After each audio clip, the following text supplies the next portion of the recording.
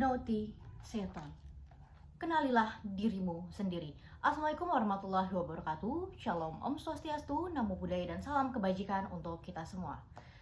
Terima kasih kepada Dewan Juriku yang arif lagi bijaksana. Izinkan saya memperkenalkan diri. Saya Atta Zara Salima sebagai pembicara representatif dari perwakilan SMA Negeri 9 Pekanbaru. Dan pada kesempatan kali ini, saya berdiri sebagai tim pemerintah dari MOSI. Dewan ini lebih memilih seleksi memasuki perguruan tinggi berdasarkan portofolio dibandingkan seleksi nilai rapor atau tes standarisasi. Sebelum saya memasuki ranah argumentasi, izinkan saya memaparkan definisi dari MOSI tersebut. Di mana seleksi berdasarkan portofolio, yang berarti proses penerimaan mahasiswa dengan menilai karya, pencapaian, dan pengalaman yang relevan dengan bidang studi yang diminati seperti proyek, lomba, serta pengalaman organisasi atau publikasi. Kemudian nilai rapor yang berarti merujuk pada akumulasi nilai siswa selama jenjang pendidikan sekolah. Sedangkan tes terstandarisasi yang berarti ujian seperti UTBK di Indonesia dan SAT di Amerika yang digunakan secara massal untuk mengukur kemampuan akademik calon mahasiswa. Tentunya ini secara kognitif. Maka kami berpandangan bahwa seleksi berbasis portofolio justru lebih tepat dan adil untuk acuan utama penerimaan mahasiswa baru. Mengapa dengan demikian? Kita akan memasuki ranah argumentasi. Poin argumentasi saya yang pertama yakni seleksi portofolio lebih merefleksikan potensi nyata mahasiswa. Dewan Juri yang terhormat mencerminkan kemampuan, minat, dan konsistensi jangka panjang calon mahasiswa di bidang yang mereka pilih. Hal ini sulit tergambar dengan nilai rapor sendiri yang sering bias karena perbedaan antar sekolah yang hanya menguji aspek kognitif dalam waktu singkat. Dewan Juri yang terhormat, kita mengetahui adanya perbedaan sekolah unggul dengan sekolah biasa. Mereka tentunya sama-sama terakreditasi A dan A, namun tentunya ada perbedaan di tiap sekolah unggul dengan sekolah yang biasa. Maka dari itu, hal itu sulit untuk menentukan minat atau potensi dari siswa tersebut serta soft skill dari siswa dengan nilai yang tinggi sesuai dengan jurusan yang mereka pilih. Maka dari itu, portofolio ini sebagai jalan tengah atas permasalahan tersebut.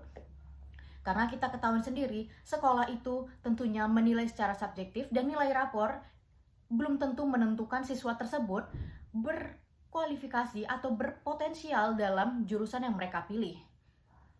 Poin yang kedua, mengurangi bias sosial dan tekanan tes, di mana tes terstandarisasi seperti UTBK yang sering kita dengar atau SNBT, Seleksi Nasional Berbasis Tes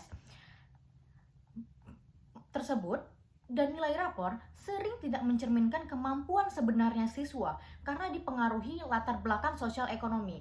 Seperti yang saya sampaikan pada poin pertama, di mana selain pada perbedaan sekolah unggul, tentunya siswa dari sekolah unggul sendiri akan memiliki akses yang lebih baik, di mana siswa sekolah unggulan sendiri cenderung mendapat nilai tinggi karena kita menilai lagi bahwa dan menimbang kembali bahwa sekolah unggul sendiri memiliki standar nilai rapor yang lebih tinggi dibanding dengan standar sekolah yang biasa.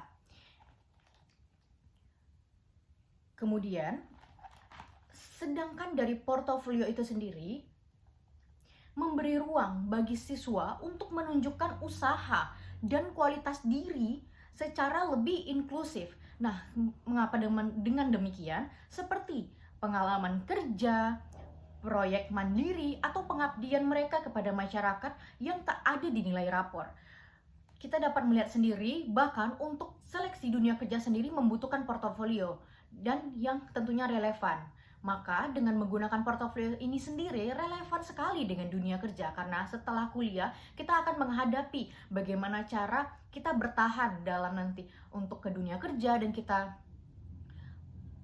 perlu untuk menyesuaikan diri dengan dunia kerja lagi jika kita tidak berfokus pada kemampuan yang sebenarnya kita miliki, seperti halnya hanya sekedar nilai rapor atau tes standarisasi. Poin saya yang ketiga, yakni relevansi dengan dunia perkuliahan dan kerja seperti yang telah saya sampaikan, di mana kampus idealnya menerima mahasiswa yang tidak hanya cerdas secara akademik, tetapi tentunya yang siap menghadapi tantangan dunia nyata, dunia kerja. Nah, portofolio sendiri itu mengukur keaktifan, dedikasi, dan problem solving yang mereka miliki di portofolio itu. Maka itulah yang lebih dibutuhkan untuk kualitas dunia kerja. Karena kita mengetahui sendiri, setelah perkuliahan itu kita sering dihadapi dengan permasalahan untuk mencari kerja.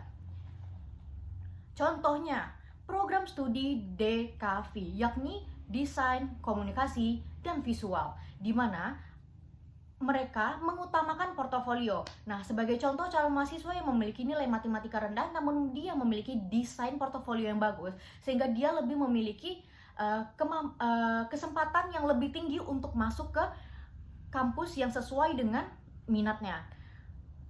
Berarti mengutamakan portofolio lebih relevan dengan praktik profesi itu sendiri. Mereka yang menolak seleksi portofolio tentunya hanya karena kompleksitasnya alias kesulitannya, tidak melihat esensi dari pendidikan itu sendiri, di mana yaitu pengembangan manusia secara utuh. Bukan sekedar ujian di dunia nyata, kemampuan berpikir negatif, kerja nyata, dan refleksi diri jauh lebih penting daripada sekedar ujian dalam waktu singkat.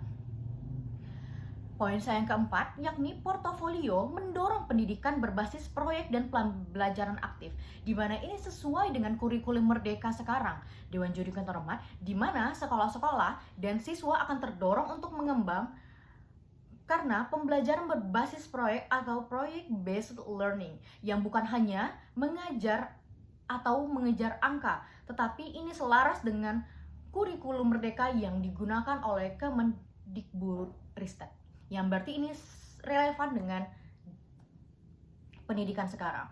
Oleh karena itu, saya dari tim Pro mengakui bahwa seleksi berdasarkan portofolio lebih holistik, adil, dan mendorong inovasi dan kreativitas pendidikan. Maka dari itu, saya Atazara Salima dari tim Pro menegaskan dengan tegas, lugas, dan mantap bahwa MOSI kali ini harus kita pertahankan.